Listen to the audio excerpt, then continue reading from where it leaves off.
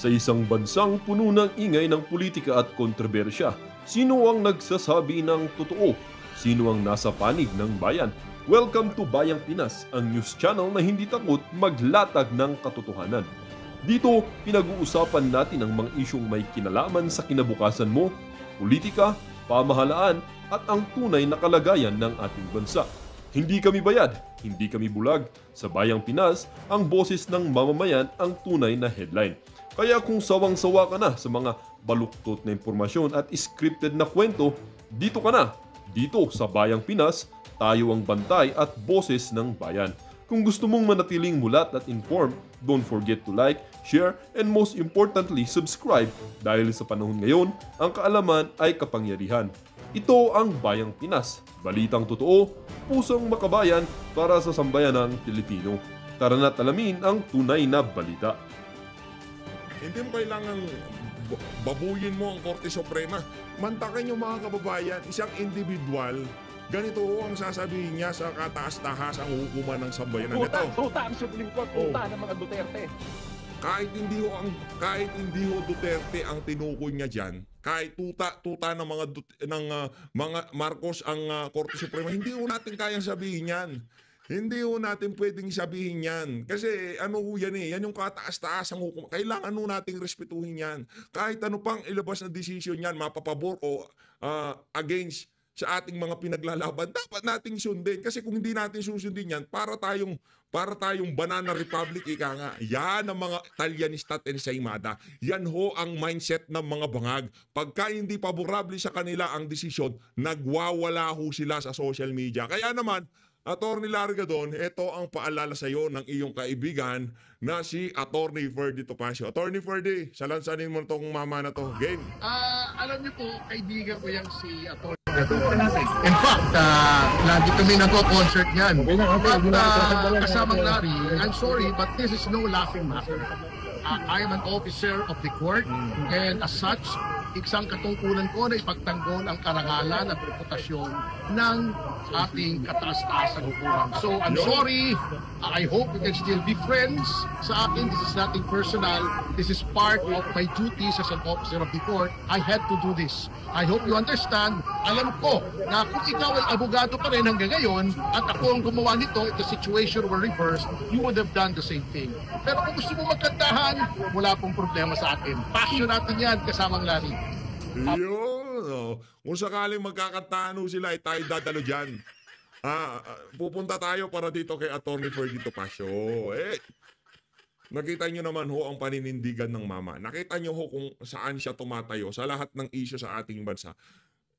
Lagi hong nakikita natin na laging nandun sa tama para sa ikabubuti ng nakakarami. Yan bang petition na yan? Para sa kanya yan?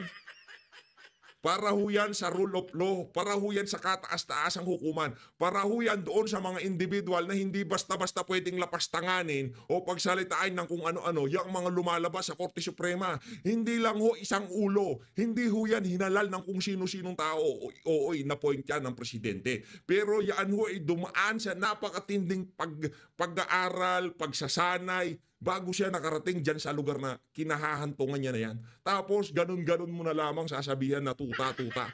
Unfair naman ho ata para sa ating Korte Suprema, para sa ating Chief Justice at mga Associate Justice. Yan mga ganyang klaseng statement. Kaya kung tayo yung tatanungin, dapat isama itong si Larry Gadon dito sa petition for indirect contempt na yan.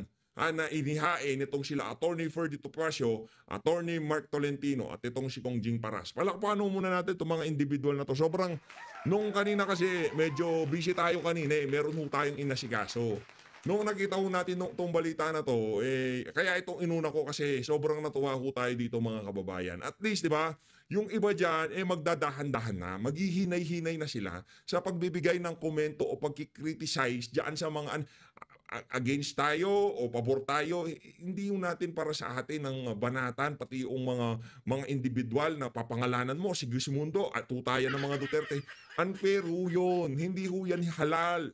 Hindi ho yan kung ano, nag-aral yan at marami silang ulo na nandyan. Hindi ho basta-basta na yung isang associate justice, may influensya niya yung isa. Yung chief justice, i-influensya niya yung mga, hindi ho ganun gumagana yun. Merong kanya-kanyang pag-iisip yan. Hindi ho yan kagaya ng mga congressman dyan sa House of Representatives na kung saan kung ano ang iniisip ni Martin Romualdez, yun na lang ang ginagawa ng mga walang yan. Yung iba pa nga nagtatalpak, di ba? Anak ng tokwa, tingnan nyo na lang ho mga kababayan. Sa tingin nyo ho ba sa Korte Suprema, ano yan, gagawin ng mga mahistrado natin na habang nagsisession sila, nagtatalpak yung mga kasama nila, yung isang Associate Chief Justice? Hindi ho nila ginagawa yun. Yun ho ang kaibahan. Alam nyo kung sino dapat tanggalin sa pwesto, makulong? Yang mga congressman na yan dahil wala nang ginawa yan. Mula nung una pang panahon hanggang ngayong kasalukuyan, yan ho ang mga pahirap sa sambayanan. Yung sistema na to naikutan nila para ma-take advantage nila sa kanilang mga political interest. Ika nga. Eto mga kababayan, itong si lipat ho tayo kay dito kay teka lang. Eto kay attorney Rowena Guanzon. Yung mahusay din ho yan eh. Yan ang mga tignan nyo ho mga kababayan. Ito alam ko naging associate justice to dyan sa Korte Suprema. Tignan nyo ho itong si Attorney Rowena Guanzon. Hindi ho siya, wala na siya dyan. Wala na siya dyan sa na yan, dyan sa bulwagan na yan. Pero yung practice, yung pagiging dapat maprinsipyo, hindi basta-basta na i-impluensyahan ang kanyang mga pinaglalaban. Tingnan nyo. Pati dyan sa mga tayo niya sa mga bagay-bagay, yung pagiging consistent niya doon sa kanyang mga pinaglalaban. Noong panahon ng kampanya hanggang ngayong panahon kasalukuyan. Yan ang kaibahan ng ali na yan. Lagi kong sinasabi dito sa PH Update, katangi-tanging dilawan at pinklawan na nakatawid sa gitna ng mga Duterte. Na yung tipong yung mga, hindi dahil yung naratibo. Hindi pa rin niya, hindi pabor ba siya. Wala nga siyang statement sa kung napakaraming issue na talagang, di ba, yung tipong pagkakadukot kay dating Pangulo, pagkakakidnap kay Tatay Digong. Pabor ba siya o hindi siya pabor? Hindi natin alam. Pero the way na iposisyon niya ang kanyang sarili na magsalita siya, makikita ho natin yung pagiging hindi siya pabor o hindi. Mahusay ho niyang ipinosisyon ng kanya. Pero ang consistent dito, yung pag-inom niya ng Coca-Cola. Maya meron diyang Coca-Cola kaya nagka-diabetes na lang, di ba? Attorney Rowena huwag niyo kalimutan yung gamot niyo. Yun ang consistent sa kanya. Kung ano yung mga sinabi niya, tinatayuan niya. Asan yung mga ibang pinklawan at dilawan? Yung iba mga nagsasalita pa na, "Huy, tax evader ka, magbayad ka ng tax mo." Wala na, nasa administrasyon na. Ito, pakinggan natin. Ang isa sa mga minamahal ng sambayanan, hindi lang ng mga pinklawan at dilawan, pati ng mga Duterte, yung mga pinklawan at dilawan na nasa tamang kaisipan, sigurado tayo, mahal pa rin yung ali na yan. Tayo, pinapanood natin dito dahil nasa tama yung sinasabi niya. Pero hindi ho natin sinasabing kaalyado natin yan. Hindi ho yan DDS.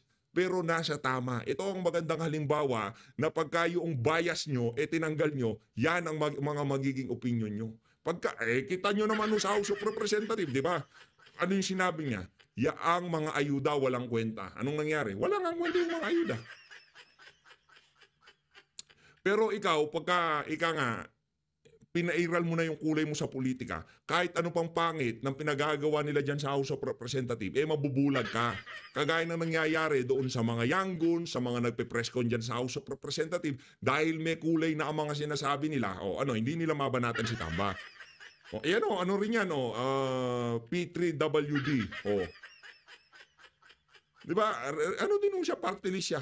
Pero yan naniniwala tayo, maliban sa sagip, diyan sa kung nandiyan ang Duterte yung party list nitong si Atty. Rowena Guanzon. Isa yan sa mga hindi magpapahawak sa leeg nitong magpapahawak sa leeg dito kay Martin Romualdez. Isama na natin yung BH party list. Okay?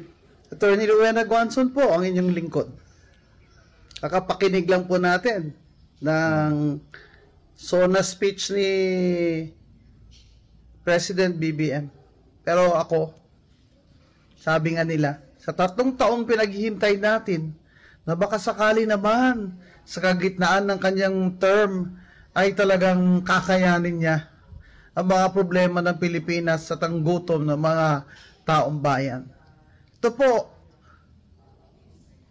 SONA niya ay dapat tinawag nating desperate state of the nation. Oh, Kasi desperate na talaga siya na makuha niya uli ang magandang loob natin. Lalo na yung mga taong bumoto sa kanya.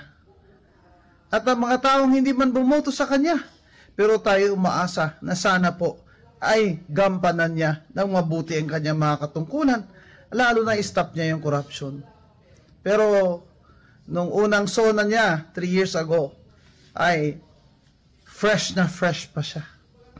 At hopeful naman po tayong lahat kahit tayong mga hindi bumoto sa kanya. We wished him success, lalo na ako.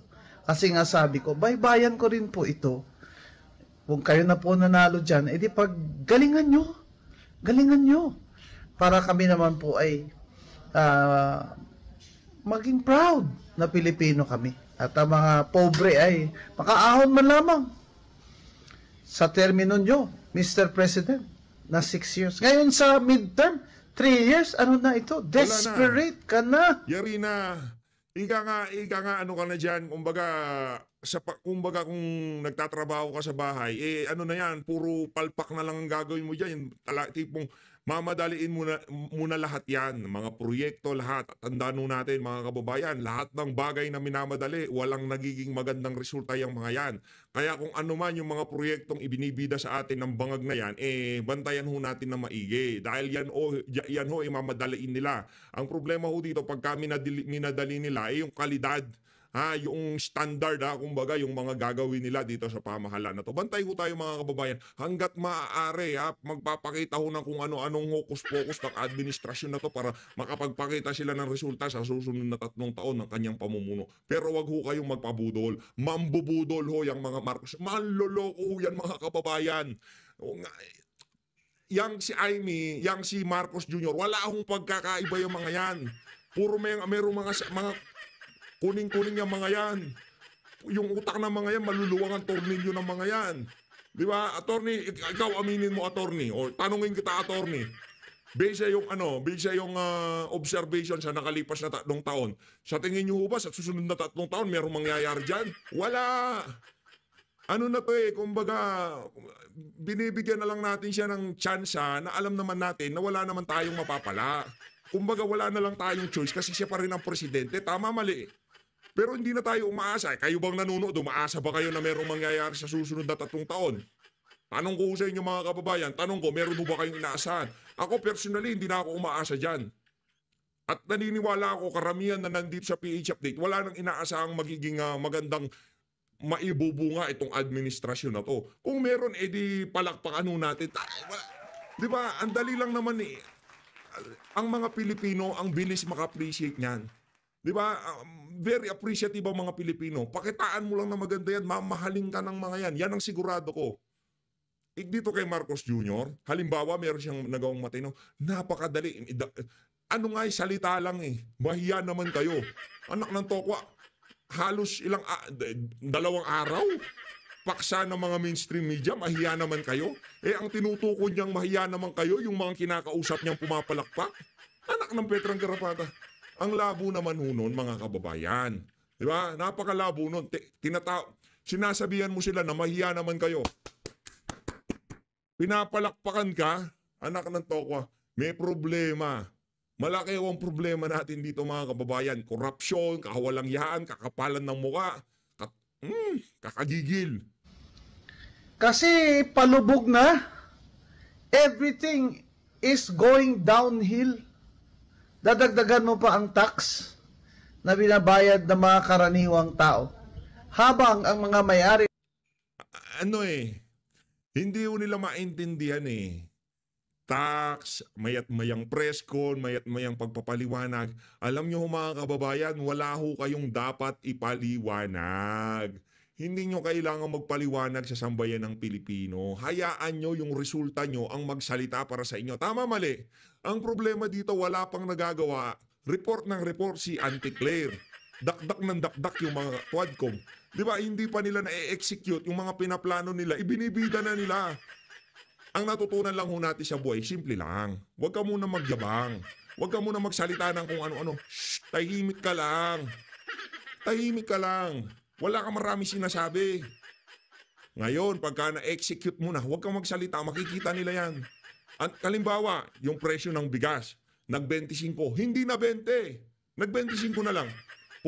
Pumunta ka sa palengke, anak ng toko, heto na ata yun. Pipicturan mo, ipopost mo. Heto na nga sinasabi natin, 25 pesos na yung bigas.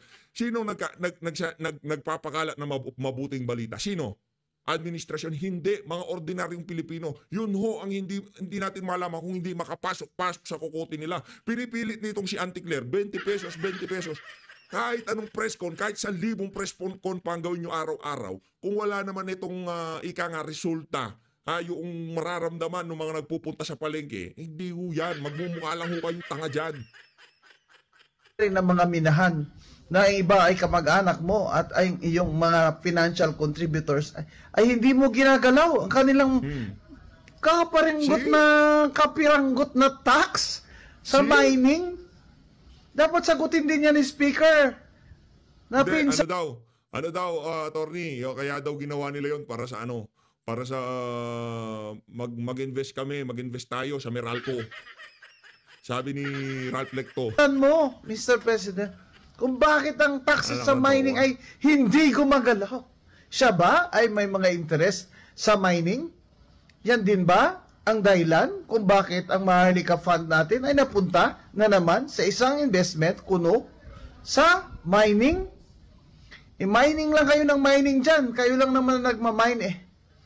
Ang magkaraniwang tao na manggagawa, ng mga nanay na, pinagkakasya na lang po o ano ang laman lang ng kanilang bulsa sa araw na yan, pinagkakasya na lang sa 3 beses makakain man lang sa isang araw ang lahat ng miyembro ng pamilya. Pero ano ang pinaka bongga talagang statement ni BBM, yung akala niya palakpakan natin siya nung sinabi niyang mahiya naman kayo, alam naman ng taong bayan, mga kawatan kayo, mahiya naman kayo. Ba't naman ho kami papalakpak sa kanya? Napakalapit ho sa kanya eh. Nang dapat niyang sabihan na mga walang hiya kayo. Tigilan nyo lang, kundi puputulin ngayon mga daliri nyo. Napakalapit po sa kanya. Ano sabi ni Professor Winnie Monsot? Abay, wala siyang nakikita ang mga pagbabagong maganda dahil ang mga nakapaligid sa presidente ay Mga magnanakaw. mahiya naman kayo. President BBM. Hanggang ngayon, di nyo pa Mahiya naman kayo. Dapat pala yung mga salita na yun, papunta sa kanya eh. Mahiya ka naman, sir. Anak ng Petrang Karapata, kayo hoon dapat mahiya. At yung dalawang, ang tawag dito, hamenchis sa likod nyo. Tawag ni Biden sa dalawang hamenchis eh. Ham si Tambaluslos, si Escudero, di ba? Mahiya naman ho kayo. Kayong lahat na nasa pamahalaan. Isama na natin si VP Sara. Isama na natin lahat. Si VP mahiya naman yan eh. Hindi magnanakaw yan. Kaya alam na natin na kahit siya inaamin na niya na nahihiya na ako sa ibang bansa sa mga nangyayari sa ating bansa. Kababayan natin itatapon. Yeah, di ba? Inaamin na niya. Na nakakahiya ho talaga. Isipin nyo, hindi na siya kasama sa gobyerno. Hindi siya kasama sa gobyerno, ha? Si VP Sara, hindi ho siya kasama sa gobyerno. Vice President lang ho siya. Pagka sinabing kasama sa gobyerno, sila ho yung merong shot call kung tawagin. Ano ibig sabihin ng shot call? Sila yung decision maker.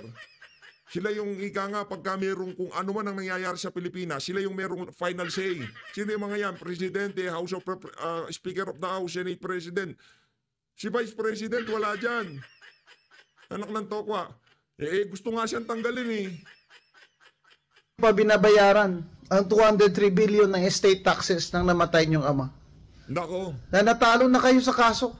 Hindi niyo pa rin binabayaran. Bay, kung sana binayaran niyo yan, nakaahon na lang tayo ng konti. Hindi po ba? Mahiya naman kayo.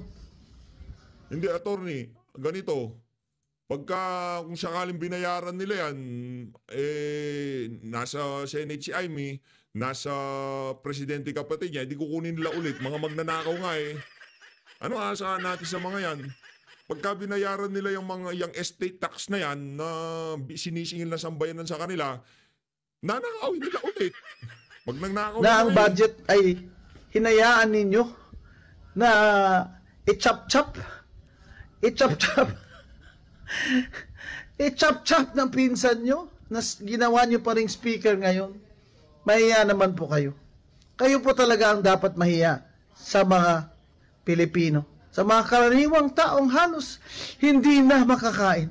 Halos maglalakad na lang po dahil wala ng pamasahe. ramdam ko. May- Ramdam ko tong frustration itong si attorney. Kasi yung sektang rinirepresenta niya yung sektor na rinirepresenta niya ganun na ganun eh.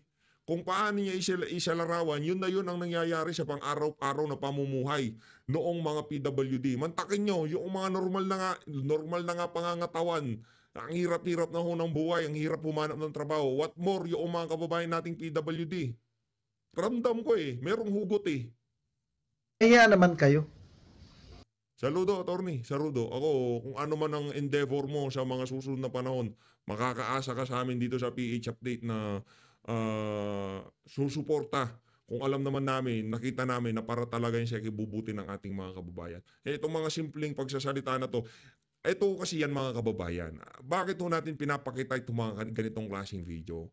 Ito kumbaga, sa mga kakapasok sa PH Update o yung mga datihan na dito, magsilbing paalaala kung gaano katindi man loko tong administrasyon na to. Huwag kayo magpadala sa mga mabubulaklak na sinasabi nitong mga tao na to. Si Winnie Bunsod nga, dilaw pa sa pink yan, di ba? O ano nangyari? Yung mga dilaw pink kasama ay wala na pala. Malapit na sila. Nandun na sila ika nga sa breaking point.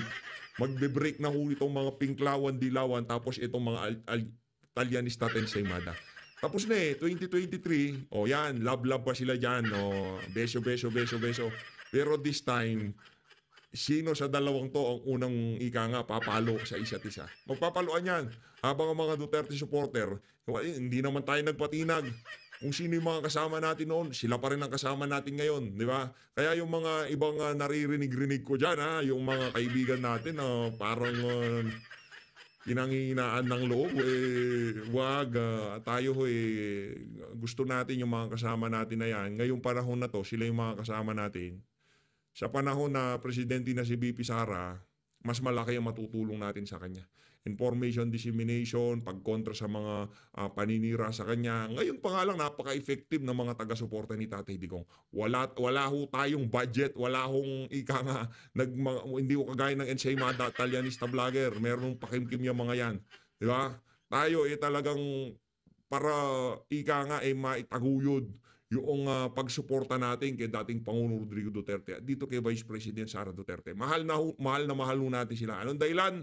Sila ang nakikita natin makakapagpaangat dito sa bansang Pilipinas. Hindi pinklawan, hindi dilawan. At kung umabot man sa punto na makalaban na natin ulit itong si Atty. Rowena Gonzon, itong alin na to, hindi ho nating babalahurain. Yung respeto nandun pa rin. Bakit? Kasi nakita ho natin paano yung pagiging maprinsipyo at paninindigan niya ika nga. Ito, lipat ho tayo dito kay ano pangalan ito? Ed Lingao, kaugnay pa rin sa korupsyon na nangyayari sa administrasyon itong si Bangag Administration ika nga, di ba? Bangag Administration is real. Dito tayo. Yan, lagyan ko lang konti dito. Game. Sir Ed, pasok. Napakatagal na po ang usapin ng korupsyon sa mga proyekto ng gobyerno, issue na Tagal madalas na. iniiwasan ng mga Ang tagal na yan, yung iba ngayon pa lang nila ngayon lang nila pinapaalalahanan yung mga kaalyado nila na mahiya naman kayo. Mga walang niya. opisyal. Paano mahiya? Wala nga hiya. Pwera kay Benjamin Magalong, ang alkalde ng Baguio City. Si Yun. Magalong po ang lead convener ng Mayors for Good Governance, isang grupo ng mga alkalde na sadyang pinag-uusapan ng issue ng korupsyon. At sa interview ni Magalong sa programang Storycon ng One News, dinetali ni Magalong ang kung tawagin ay anatomy of corruption sa mga public works projects. Ayon kay Magalong, ang pinakamalaking Anak ng Petrang Garabata, anatomy of corruption. Di ba? Kung merong anatomy of the human body, meron nung anatomy of corruption sa ating Ibang klase talaga, oo. Ganun ho kasistematiko ang pagnanakaw dito sa bansa na to. Ano siya, ano yung ganito? Yung tipong, sige, putan mo lang ako dyan, iwan mo lang. Hindi. Sistematiko, naka-embedded sa sistema natin yung paraan ng pagnanakaw ng mga walang yang to. Kung kasama siya doon sa sistema. Yung tipong talagang parang dinisign nyo yung sistema para makapagnakaw to mga walang yang to. Yung gumawa sa sistema, pinaghandaan na nila na balang araw darating yung kanilang anak, kamag-anak, kaibigan para i-take advantage itong bulok na sistema na to para makapagnakaw sila. Ini-impeach si BP Sara, bilyon-bilyon ng flood control ang ginagastos natin araw. Hindi natin inahanap yung 1 bilyon kada araw na nawawala sa flood control. Hinahanap, pilit nilang pinagpipilitan yung 25 million na intelligence and confidential fund. Anak ng tokwa. 25, again, hindi maliit na bagay yon. Kung kailangan imbestigahan, suportado tayo dyan. Pero confidential nga eh. Di ba? Kung iimbestigahan confidential ni BP Sara, imbestigahan lahat. Lalo na yung mga, hindi naman na, mga agency na hindi nag-gather ng intelligence. Kagaya ng kay Marcos Jr. Mga mayor, imbestigahan lahat yan. Lahat ng nagkaroon ng notice of disallowance, imbestigahan lahat yan. Ba't kay VP Sara lang? Again, hindi ho natin linalang lang yung 125 million. Kaso, ang problema ho dito, napaka-hipokrito ng mga nag-iimbestiga. Pinapalampas natin yung bilyon-bilyon araw-araw na ginagastos ng sambayanan para lamang mapag-usapan dyan sa buwisit na impeachment na yan, yung 25 million, na kung saan nakasaad naman sa batas, confidential. At tayo naniniwala, kailanman hindi magnanakaw yung ali na yan. Meron ba siyang Rolex? Meron ba siyang Patek Philippe? Meron ba siyang Ferrari? Meron ba siyang... Wala siyang ganon. Yung nag-aakusang merong flood control, meron silang jet, meron silang helicopter, meron silang Ferrari, meron silang ganon. Yung mga nagmamalinis. Porsyento ng mga kickback ay napupunta sa politiko. 35 to 40% daw ng project cost binubulsa ng politiko. Kumbaga sa about 100 pisong gastos ng gobyerno sa iisang proyekto, 40 pesos ang tongpats o yung patong ng politiko. 20% advanced, 15 to 20 to follow. Sino po yung politiko? Madalas daw siyang local official at malaki ang posibilidad na siya po ay congressman. Para lang po malinaw, hindi naman po lahat. Pero bakit unang suspect agad ni Magalong ang mga nasa kongreso? Una, dahil sila ang may kakayanan na mag-identify at magpapondo ng mga proyekto na ilalagay sa taunang budget. Baka lang po natatandaan pa ninyo ang issue ng pork barrel na pinagbawal ng Korte Suprema noong taong 2012. Bawal na nga ang pork barrel pero ang uso naman ngayon ay congressional insertions ng mga projects sa taunang budget. At hindi po gaya ng pork barrel, ang mga insertion ay wala pong limit. At pangalawa, ayon kay Magalong, malaki ang kapangyarihan ng mga congressman na magrekomenda ng mga district at regional engineers sa kanilang mga jurisdiksyon. Siyempre, di ba? Ito meron akong kaibigan, engineer. Ito yung pasok niyo dyan. Engineer, ako nagpasok sa iyo dyan, ha? Yung for the boys. Magkano ba yan? Magkano yung natin, yung project natin dyan? 500 million. Yung pang for the boys dyan, yung 20 million. Itabi mo na. Ganyan ang kalakaran sa House of Representatives at sa Senado. Padrino-padrino. Yan. Importante po yan dahil ito ang mga mag-e-estimate ng project cost at sila rin ang magpapatupad ng proyekto. Ito pa, ang ilang opisyal ng implementing agency, gaya po halimbawa ng DPWH, may patong naman na 10 to 12%. Kaya sa porsyento pa lamang ng politiko at mga korap na opisyal, kalahati agad ng project cost nabulsa na. Mag-aawas ka pa ng 5% para sa ibang mga bagay gaya po ng VAT at ng insurance bond. Siyempre, hindi pa po tayo tapos. Tandaan na meron pang contractor na kailangan naman ay meron kahit pa paanong kita. 10 to 15% po. Nako, laki ng problema ni Tambalusus dito. Alam nyo, ano na yun act of desperation yung nangyayari dyan sa House of Representatives. Hindi lang ko kasi hindi ganito na lang, no?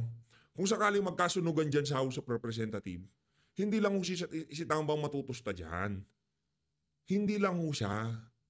karamihan ng mga nakaupong congressman at yung mga congressman o nagdaang 19 Congress, matutustaho sila mga kababayan. Kaya kita nyo, nagkaisa sila. Kasi puro magnanakaw sila dyan. Hindi ho nakaupo ngayon si Martin Romualdez dahil mahusay siya, matapat siya, kontra siya sa korupsyon. Hindi ho. Yun ho desperate move ng bawat magnanakaw dyan sa House of Representatives. Kung sakaling mapalitan niyang si Martin Romualdez, ma-open yung investigasyon. Kahit yung sila dyan, pwedeng mag-conduct ng hearing kaugnay dyan sa mga flood control na yan. At hindi rin magugustuhan yan nung mga bumoto kay Martin Romualdez na kung saan binigyan ng pondo yung kanilang mga distrito para dyan sa mga flood control na yan. Yang mga bumoto kung gaano karami yung bumoto kay Martin Romualdez, ganon din ho karami ang mga magnanakaw dyan sa House of Representatives. Gloria Macapagal, hindi ko alam. Ang sinasabi natin dito, malamang sa malamang, yung karamihan ng mga bumoto kay Martin Romualdez, mga magnanakaw yung mga yan. Dahil sangkot sila. Meron silang pananagutan na kung saan natatakot sila na mabulgar kung sakaling matanggal si Romualdez. Tama, mali. Yan ayon kay Magalong. Kaya't ang matitira na lamang sa kabuuang project cost, 30% ng original na budget. Yang 30% po ayon kay Magalong, yan na lamang ang pwedeng magamit para matuloy pa yung project. Sa bawat 100 piso ng project ng gobyerno, 30 pesos na lamang ang natitira para, for example, sementoin ng kalsada o itayo ang tulay. Kaya hindi nakakapagtaka na maraming kalsada ang lusaw kaagad kapag umihi yung palaka. Sana man... Ito talaga siya rin. Umihiyam. Hindi, ano yan, strategy din ho nila yan mga kababayan. Hindi ho yan dahil maliit ang pondo. Talagang sinasadya nila na hindi patibayin ang kalsada. Kasi pagka pinatibay ang kalsada, si contractor at si engineer, hindi na ho sikikita. Gusto nila, every other month, nagbabakla sila o nag-aaspalto sila. Yun yung ika nga kung tawagin gusto nila mini-maintain yung mga bagay-bagay na dapat sana kung linagyan mo ng matibay yan. Bakit yung mga barangay road? Anak ng tokwa, bata pa lang ako, barangay road na. Hindi naka-aspalto dahil sinemento ang ilinagay nila pang matagalan. Mula bata ako, yung daan na yun, dinadaanan ko hanggang ngayon, daan pa rin. Hindi inaspalto, hindi re-repair o kung ano pa man. Bakit kayang gawin yun? Di ba? Bakit yung mga kalsada ngayon, kung hindi naka-aspalto, bukas makalawat, lusaw, isang bagyo lang dumaan? Kasi sinasadya ho nilang bawasan yung halo siguro, yung bakal. Dina-downgrade nila yung specification na ibinigay. Di ba? Para pagdating ng panahon, after few months, few years, lusaw yan para may gagawin sila ulit. Sinong magiging contractor, sinong magiging supplier, sinong magiging district engineer o kung sino pa man. Yung mga kaibigan ng mga congressman. Kaya ngayon, alam nyo na ho yan mga kababayan. Kaya kung ano man nasabihin ni Marcos sa kanyang ipang-5 at pang-6 na zona, nasa sa inyo na ho yan kung magpapabudol kayo. Nasa sa inyo na ho. Lagi ko naman sinasabi yan eh. Hindi sinabi ko na dun pala, kaya hindi ko pinanood eh. Alam niyo anong ginawa ko nung nagsusona si Bangag? Natulog ako. Tulog. Pag natulog ka, mas magiging magiging fresh. Pero, pagka ikaw nanood ng Sona, mababad trip ka lang dahil napakasinungaling mo nagsasalita. Galing ito mga estima ni Mayor Magalong. Galing daw ito mismo sa mga kontratista na kanyang nakakausap at maging sa ilang tao sa Kongreso. Isang halimbawa raw dito ay mga proyektong gaya ng solar-powered lights. Meron mga project daw na nakalista ang unit price na 157,000 pesos bawat solar lamppost. Pero ayon kay Magalong, pagkausapin mo naman daw ang supplier mismo, papatak lamang ito sa 35,000 to 45,000, kumpleto na po. Anak ng Petrang Garapada. Yan, ganyan sila magnakaw. Ibig sabihin talagang accurate ito, 157,000 project unit price, 35,000 to 46,000 pesos lang mga aktor. Triple. Kasama na ang kanilang tubo. So para may kumikbak ng 111,000 pesos sa bawat poste na libo-libong poste ang tinayo. Ayon kay Magalong, napakadaling i-check ang actual price laban sa project unit price dahil madaling kausapin ng mga supplier. Ang mas mahirap raw ay ang paghuli sa mga politiko na kumikickback dahil wala naman daw nakalagay sa kasulatan at laway lamang ang naging puhunan. Mga kapatid, Ed Lingaw. Ayun na nga, maraming salamat sa News 5 at dito kay Sir Eledingaw. Maraming salamat to sa mga sumusuporta sa PH Update. Medyo hype po tayo ngayon dahil medyo hindi po tayo natutuwa sa mga recent development. Dito kay Atty. Ferdy, oo, masaya tayo dyan. Pero dito sa mga panlulokong ginagawa ng administrasyon na to, anak ng toka, mga kababayan, ako